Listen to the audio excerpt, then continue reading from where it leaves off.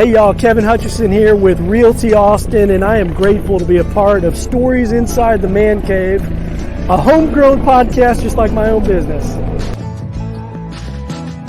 Wake your ass up or take a damn nap. And we're the three best friends that anybody could have.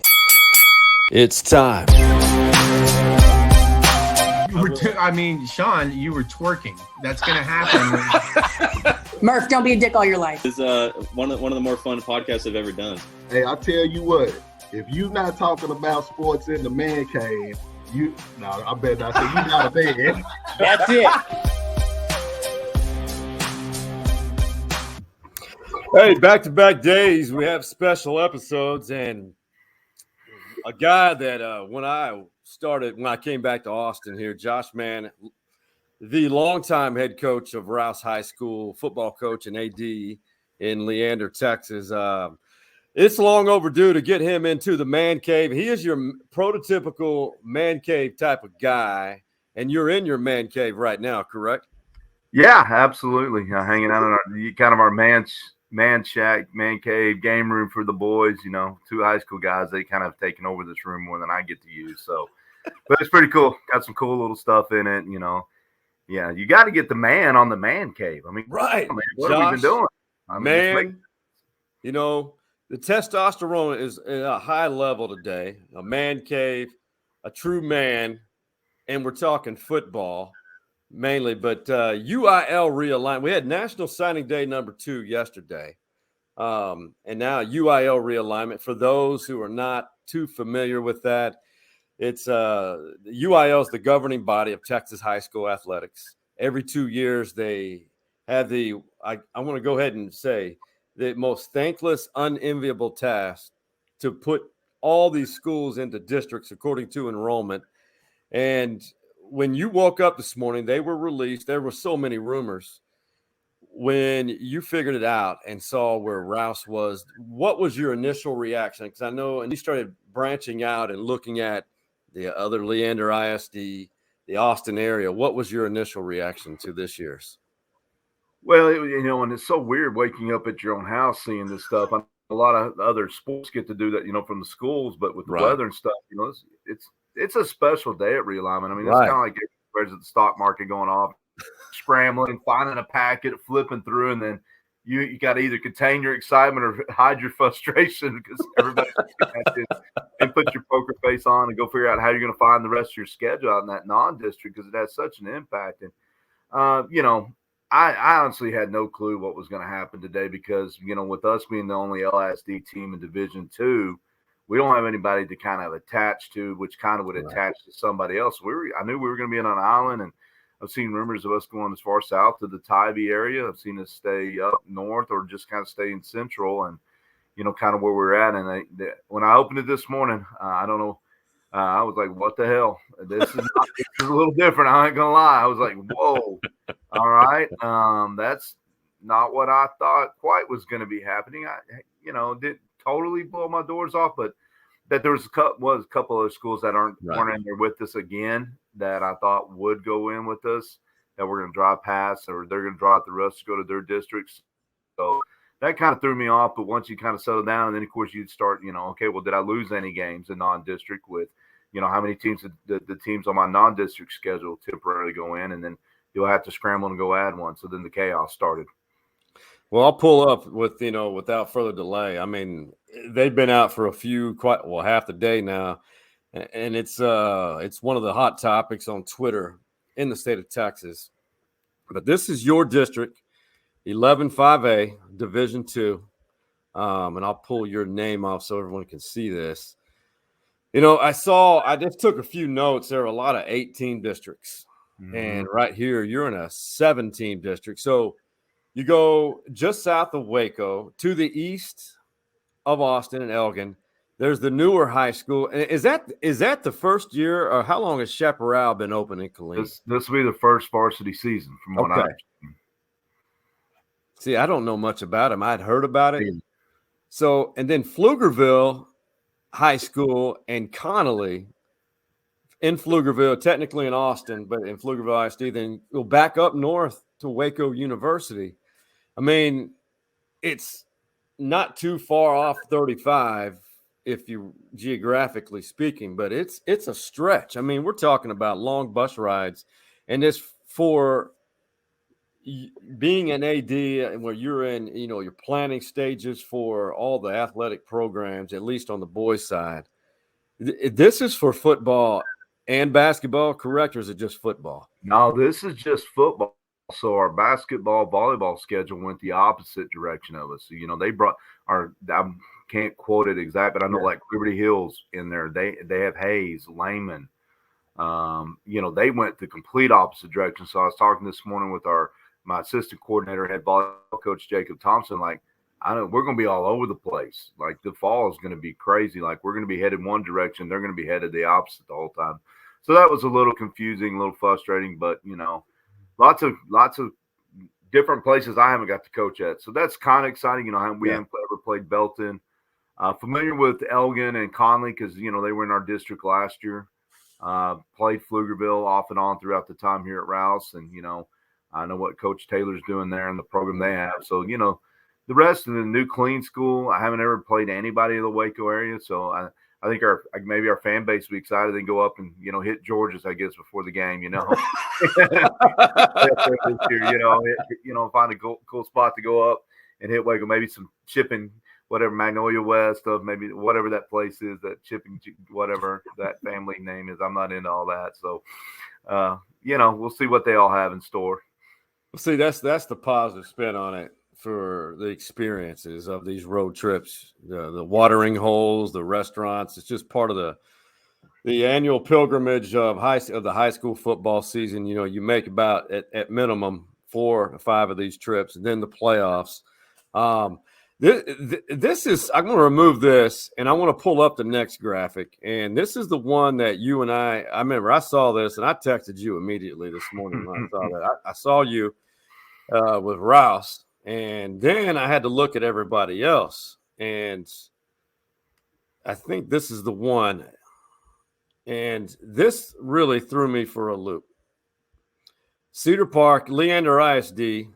Cedar Park's one of those state powers, and Rouse has had some really good moments collectively scattered throughout Coach Mann's career. So it's a very highly competitive district as far as Leander ISD. But when you put the College Station and A&M Consolidated has been historically had a great program. Then you look, Georgetown is perennial playoff power.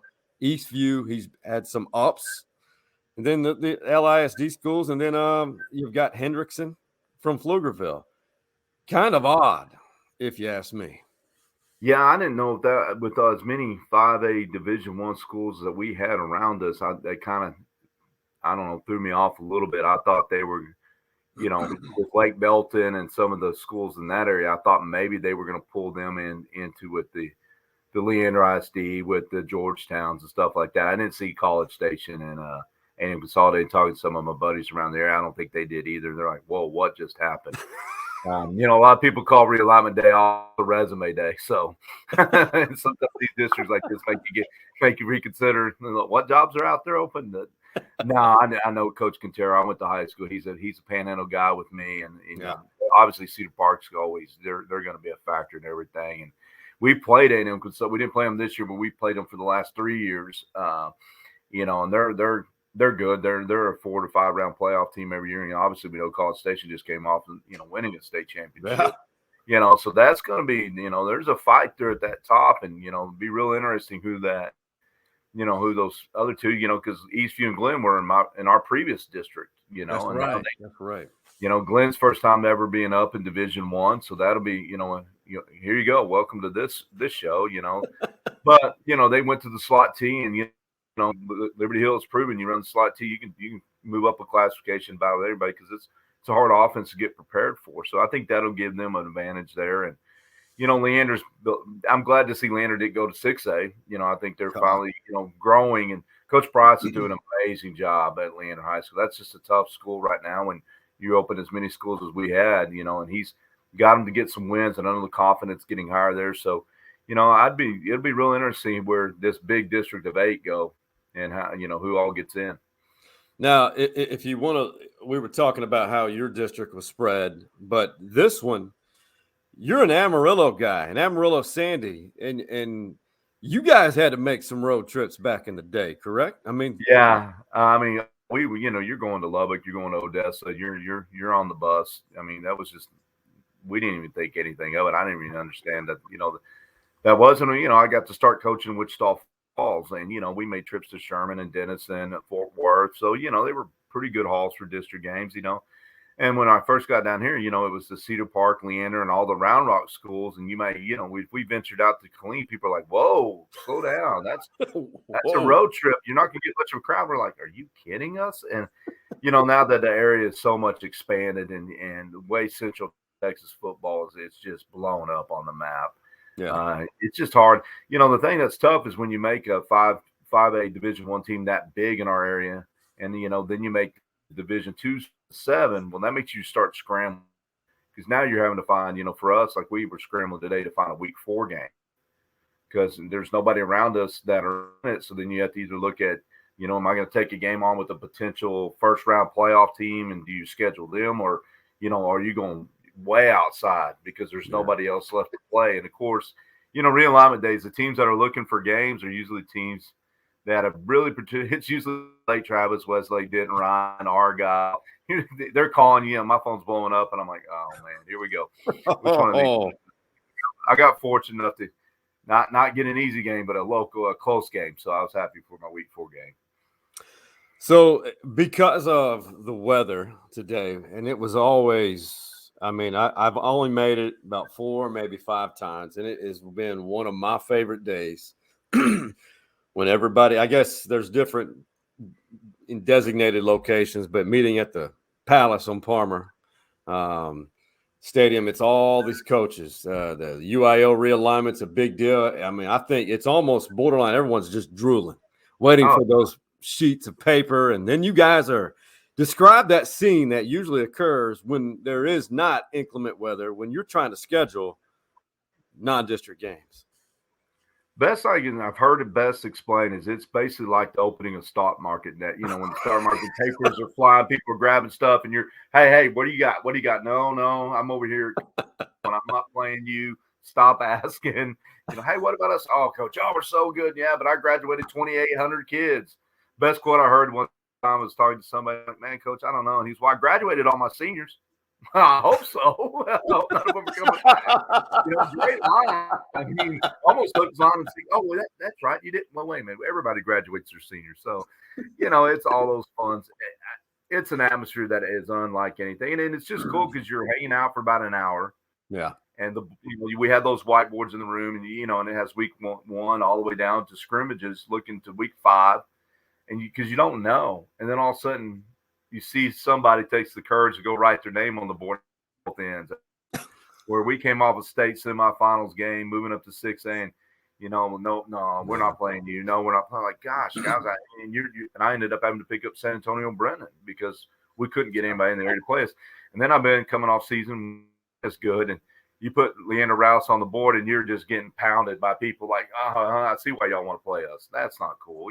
3 years ago, you didn't want to play me, but now you do. So everybody's going through that. I missed it this morning. It was cool being able to, I guess, relax and have a cup of coffee, sitting on the couch as you're anticipating and it's just like kind of in the lockdown. It ain't the same. It's not. Yeah. Virtual's coaching school versus being at coaching school, being at these clinics. Just got back from the DFW clinic the other weekend, and man, just being around coaches and having that fraternity, because we all want to kill each other on Friday night, but honestly, most 98% of us are really close friends, and we really pull for each other a lot. And so part of that morning then is helping your buddies. You may be fortunate, you got your schedule done, and you got your buddy over there that's like, man, I find a week. And so you're calling friends and you're calling around the state. So I miss it. It's kind of depressed, to be honest, right now that we didn't get to do it this morning. But, we survived it. We'll just like everything else, is adapt to move on, right? If anything we've learned the last 2 years is we can do more than we thought we could with less. Yeah. With less. So that meeting you're talking about at the Palace, I learned by experience. don't arrive at 10 till 8. You've got to get there at 7 a.m. Or because I arrived one time at 8:05, there were at least 15 empty boxes of donuts. They were done. Just specked with sugar. I mean, if you want a donut, you got to get there at 7 a.m. Yeah, we're generally early risers, I think, because a lot of us kind of have to get. We get to do all of our coaching outside the school day. Right. So, you want to get there early. You want to get as close to that where you think that box is going to be set. I love it because the Round Rock pulls it in like, only one packet per school, only head coaches, and that ain't gonna happen. No. So, but it's just great again, the opportunity. And you have I've had to at times send a couple of coaches to some other places like, hey, I need you to go down to Region 13, even to San Antonio, because what's that board they're saying? And that's more of a West Texas thing than it is Central, because you pretty much can contact everybody around here. But when West Texas, they're sending guys 4 or 5 locations, and they're tracking the boards, and you're calling via phone, hey, what's that board look like? Who's on that board? We'll grab that head coach, and you're talking to head coaches through other people's phones. So it's a cool day across the state. It really is. It needs to be a documentary. I mean, somebody really needs to come in. I would love it to see what UIL has to do to that day, and then what all the coaches have to do, because everybody thinks, your schedule's out. Well, now we know our schedule, but we don't know the order, and sometimes that's easy. But with our district, we have 3 play at Bible Stadium. Glenn has Gupton has 2 teams that play there, and then you got Pflugerville IC that has 1 stadium for 3 teams. Well, if you don't start strategically planning on who's going to draw what bullet, you could be playing Saturday games around here real easy because of stadium availability. Right. And so to avoid that, there's a lot of math and stuff that goes into it even before you get there on those days. So scenario 1, Rouse goes with this district, and Cedar Park and Leander and Glen go, and our athletic administration does a good job of helping us with that and getting all that done. So it's, we probably still got a week worth of meetings and settlement, and then try to land down and hopefully get 5 and 5 away, 5 home, but sometimes you end up 6 and 4 in some of those scenarios. So we still got a little leg work to do, but it's just cool seeing the names and like, okay. And then of course every day, like, well, how do I get film on this guy to start planning for him? So is it too early to reveal who is on that non-district schedule? No, absolutely not. So you always feel confident in your week 1 and 2. That's usually going to stick. And Coach Cope over at the new school, Lake Bilton, he's got that thing up rolling. They're going to be playing varsity football, and then we kind of talked throughout the process of him opening that school. So we're going to play week 1. So I'm excited about that. They got some UT potential offers on their team, and I think we're going to have a really great program. So that's going to be fun. And then we got Anderson week 2, so we're going to keep that game going. That's been a pretty good rivalry game, and been a great game last year with them. So I'm excited to bring that one back again. I'm not a fan of playing at Nelson Field. I don't know many people are if you're the visiting team, so I'm just I ain't telling any secrets there. Meeting over at the baseball field at halftime is kind of tough, but it's a good rivalry, and it's close. So we're keeping that thing alive, and then we're going to keep the rivalry with Glenn week 3. So, we've come down to the last second of both games. Been fortunate to be on the winning side of that, but neither one of those games could have gone both ways. And then I was scrambling today to find a week 4 for a while, and then I kind of noticed that 11 5AD2 right next to us only had 7 teams. They're in Region 4 and Region 3, so I called Coach Walker and said, "Hey, man, text him, said let's do this again. Let's play again." And he's like, "I guess." I'm like, "You guess? Heck, you're the one that's beat us. You're pound." It's been great games with them, and they've obviously their program that they run at Liberty Hill is amazing, and the slot team. Not many people want to play it, but we're going to see it back-to-back weeks. So I was excited that he wanted to jump back on that and play again. And I know they're heck, I've seen their non-districts. I think they Hutto and Georgetown and us. I mean, shoot, that's the reason why they're so good. And if we're going to be good and we're going to go into that district prepared, we're going to have to play teams like that. So jumped on Liberty Hill. So see what that matchup looks like again. Played them a couple times when I opened and was able to split with them 1-1 and been 0-2 the last 2 years. So see if we can't get back on that other side of that game. So for people who aren't familiar with Austin area football, Rouse is on the northern end of the Leander ISD zone, and there's Liberty Hill a few miles up 183, take 29 over, and there's Liberty Hill. This I like to call it Palace of the Hill Country. It's ridiculous. There's slot T mafia. So you guys, your kids and their kids they're pretty close, and some of them, I think. Oh yeah, we're real close, almost too close in some areas.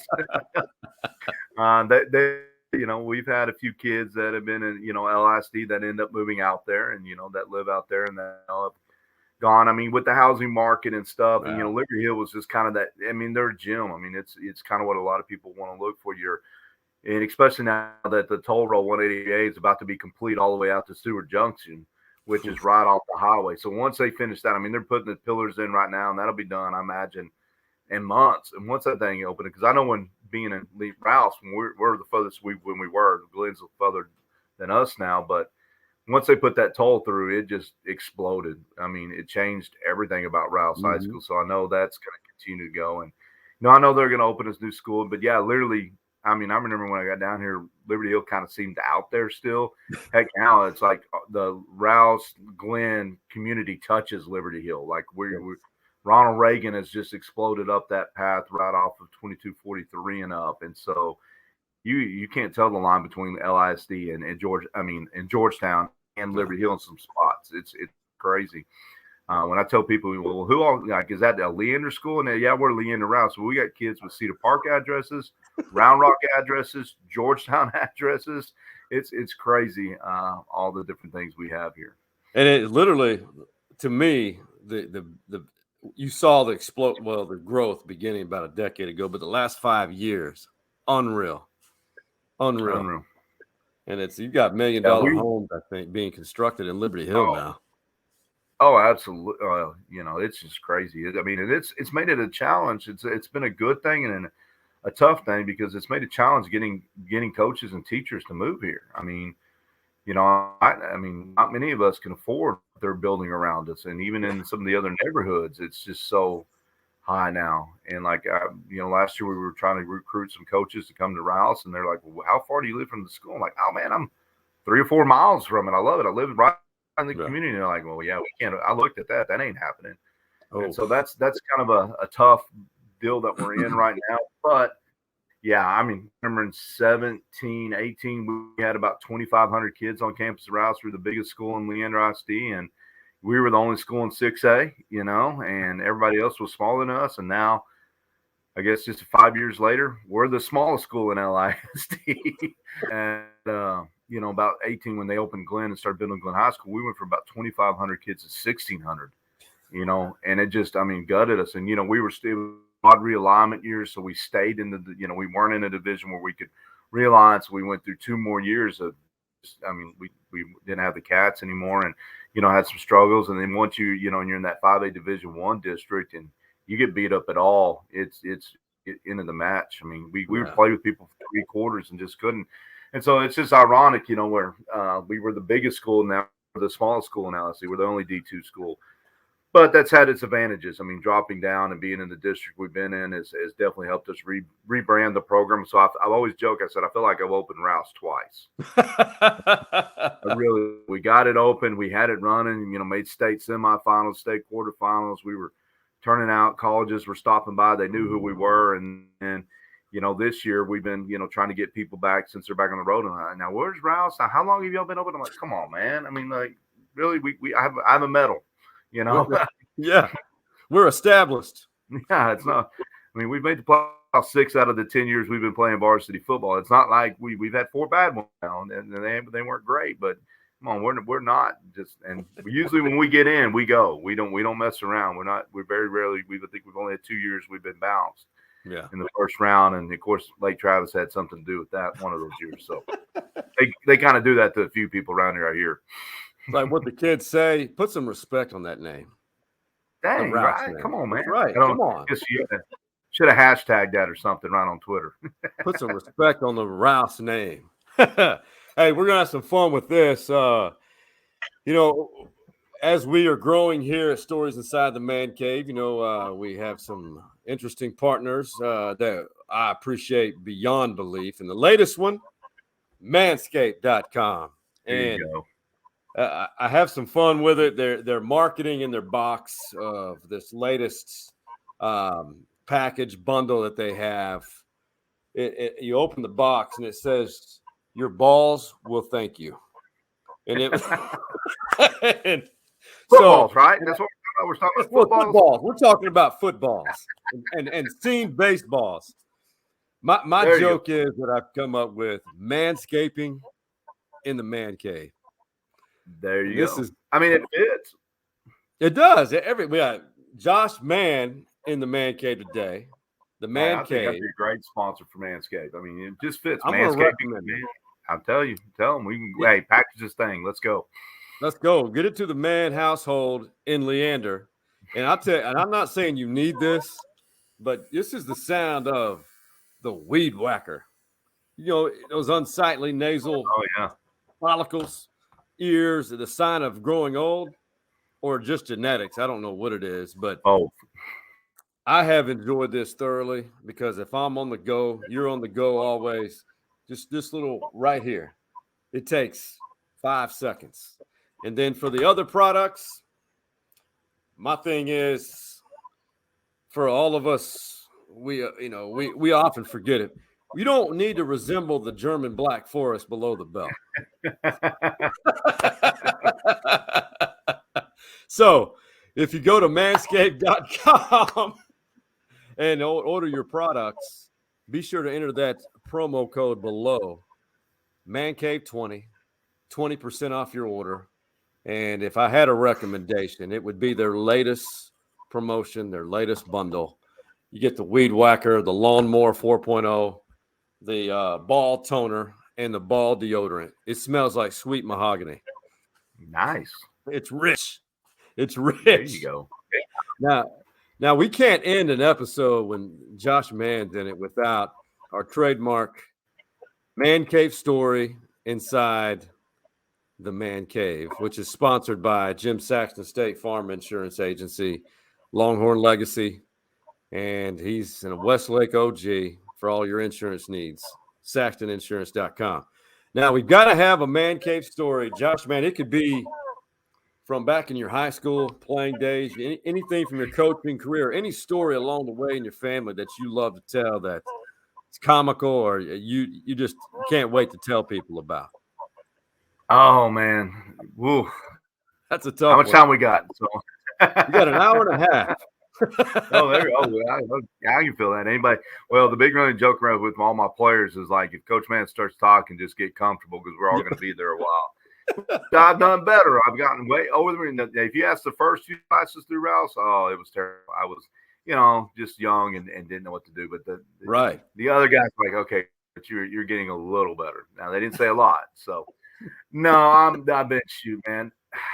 Yeah, I don't know. I've been so blessed, and I love my time growing up in Amarillo. Amarillo was real special to me. I got to play at one of the all-time winningest high school in the state of Texas. I think it's Highland Park, and then it's Amarillo High. And so being a Sandy was important to me. And Larry Dipple was my head coach, and he's in the Texas High School Hall of Fame, and. Jim Langdon was my D-line coach, and Coach Langdon still comes. I keep in contact weekly, monthly with Coach. And, he came down and watched my two boys play this year. He drove all the way from Amarillo to Brenham, Texas to watch a JV game. Yeah.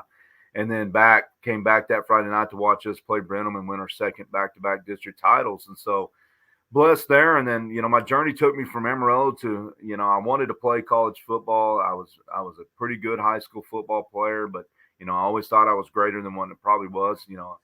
6 foot and a 5'-flat 40 playing defensive end don't get you a lot of offers.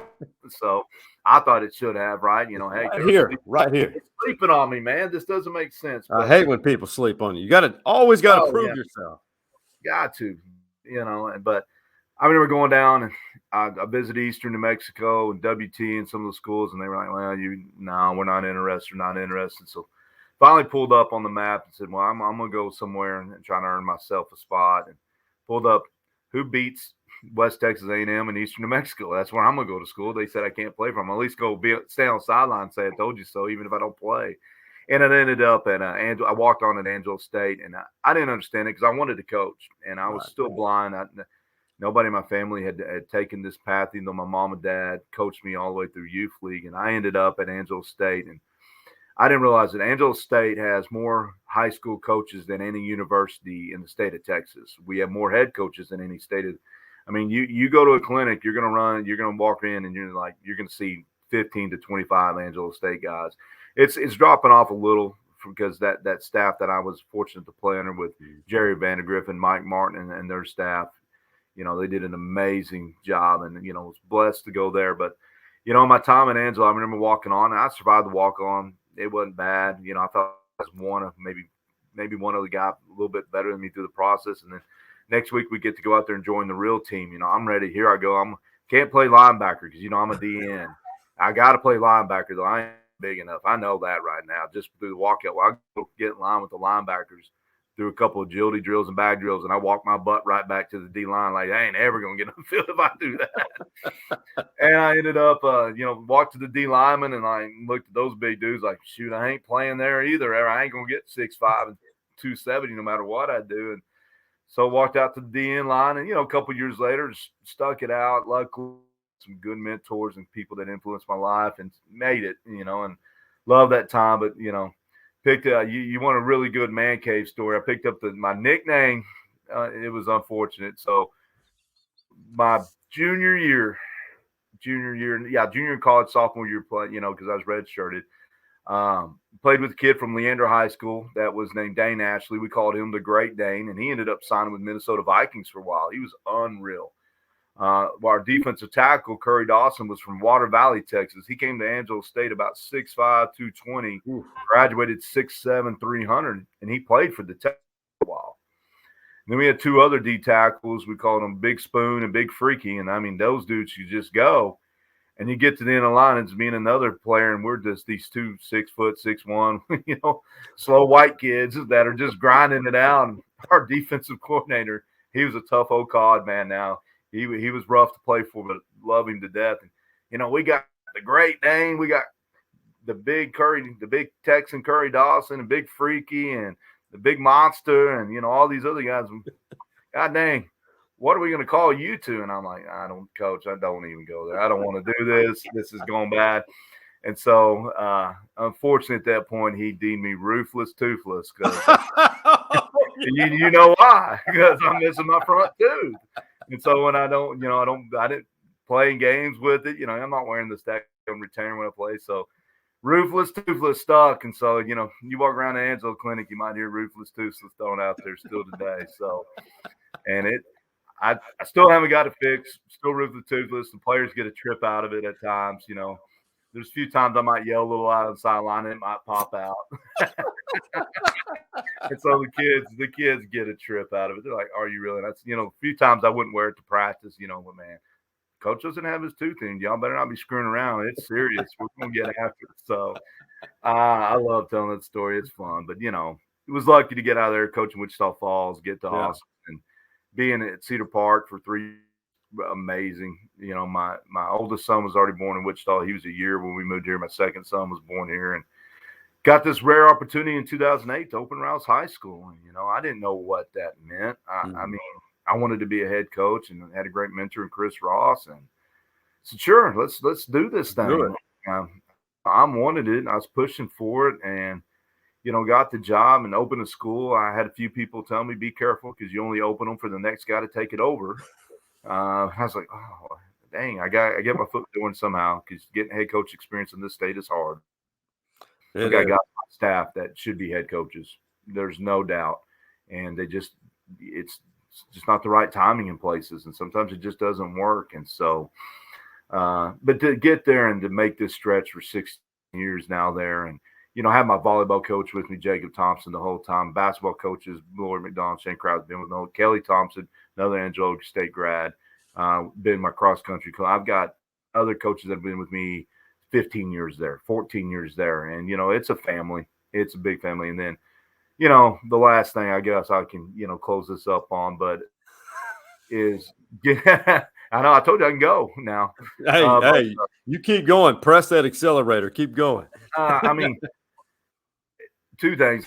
I mean, growing to know Charlie Rouse, it's not. I didn't realize that when I opened Rouse High School. I didn't know who Rouse was. Never met Coach Charlie Rouse, and then heard rumors that he was alive, and I was like, okay, cool. I mean, you don't really hear that with a school being open and that person is still around. And I was like, all right, I remember meeting him sitting in Wiley Middle School because Rouse wasn't built yet. We had our first opening night, and I'm sitting down, and Mr. Rouse sitting right there, and we're going to win games, right? And he's heckling me, he's elbowing me, and I'm like, yes, sir. Oh, God. And the man's a legend. He's one of the most, mentor persons in my life. He still leads our coaches out read Bible study with us. Wow. Representing him has made me a better person, made me a better head coach. Because when you got that guy living right next door to us, and if there's an event at Rouse, Charlie Rouse, Sandra Rouse is there. So making sure we live up to that name has been huge. And I can't imagine doing this without him there. And I know that time will come at some point, and I'm just blessed there. And the coolest thing the last 2 years is obviously winning games again. It's been fun, but I got two boys that are going through the program, and I get to coach them on the sideline. And our community has been amazing mentors to my sons, and getting to watch the two little mans. So the Man Cave, getting to coach by Josh Mann, watching the little mans, sponsored by Manscaped. We got all this going for us. So It's a great day. But I've been blessed to now coach my oldest. He'll be a senior. And you talk about an eye opener, coach. Sean, it's crazy. I can't believe it. I was planning spring ball practices and doing the grind and how we're going to do it. And then went, oh wait, it's his last spring. Woof. And then I got a son that'll be a sophomore, and he's coming up in his own. They're two different dudes completely. And I love that. It's exciting, and just watching. I've got great coaches that just work with them, and how much they mean to them. Now it's funny. You want to hear last story, but I can tell them do a lot of stuff.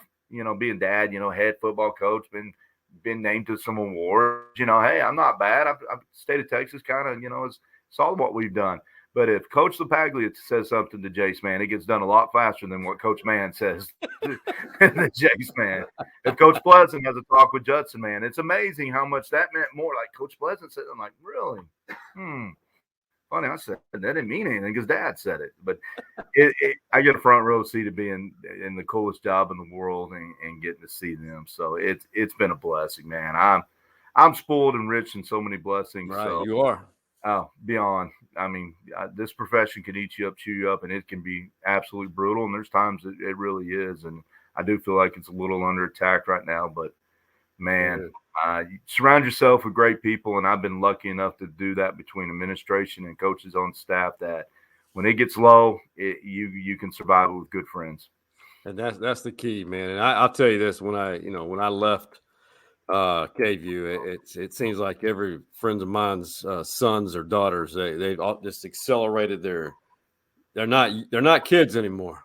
No. So, and that's what I'm hoping. I want to try to watch them, play and see you coach. And before we jump out of here, so I forgot, when was your last year at Angelo State? 2001. I graduated in spring of 2001. So fall of 2000 was my last year. My first job in the TV industry was at the NBC affiliate in San Angelo, KACB. Yeah. Fall of 98. Oh, yeah. That's a good year. That was a great year. Yeah.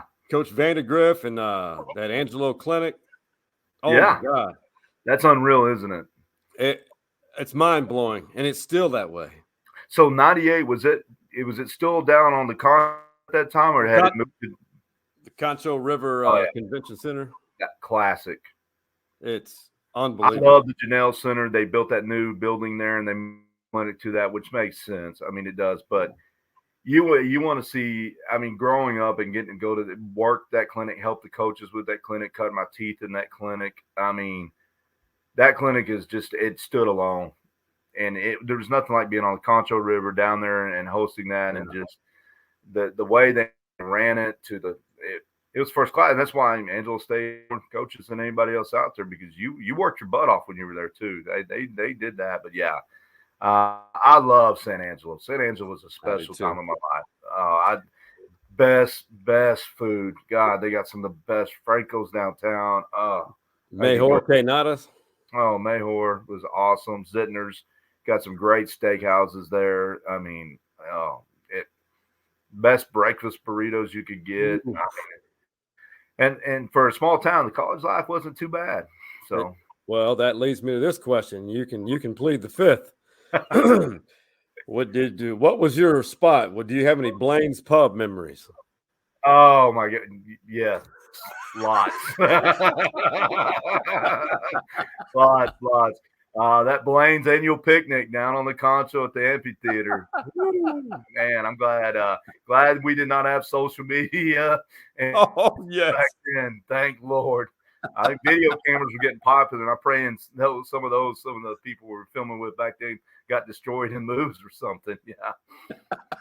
And I may not have visited Cunha a few times too in my time there, but I won't verify or confirm that. No, the rumor is you never crossed from Del Rio. I'll just say that you didn't. Acuna, George Strait made that famous.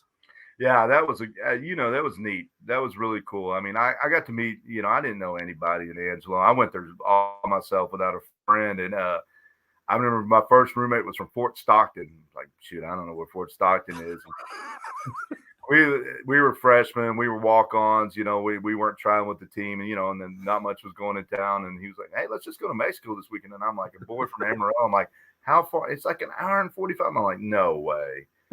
So yeah, I was like, whoa, that's a different experience for sure. A little cultural exchange never hurt anybody. No, well, I wouldn't recommend doing it now. Not now. That's sad because it was a neat deal. It really was. I mean, you had to be safe, obviously. But yeah.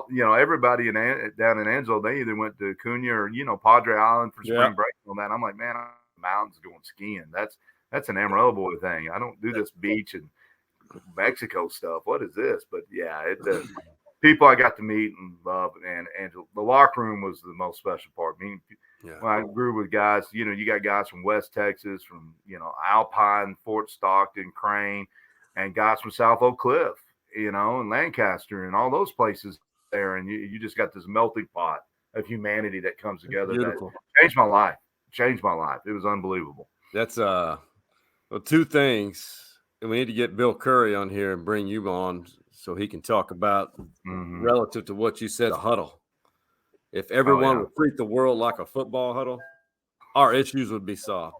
And really, it's not hard. Just work together. Yeah. Believe in something and work hard.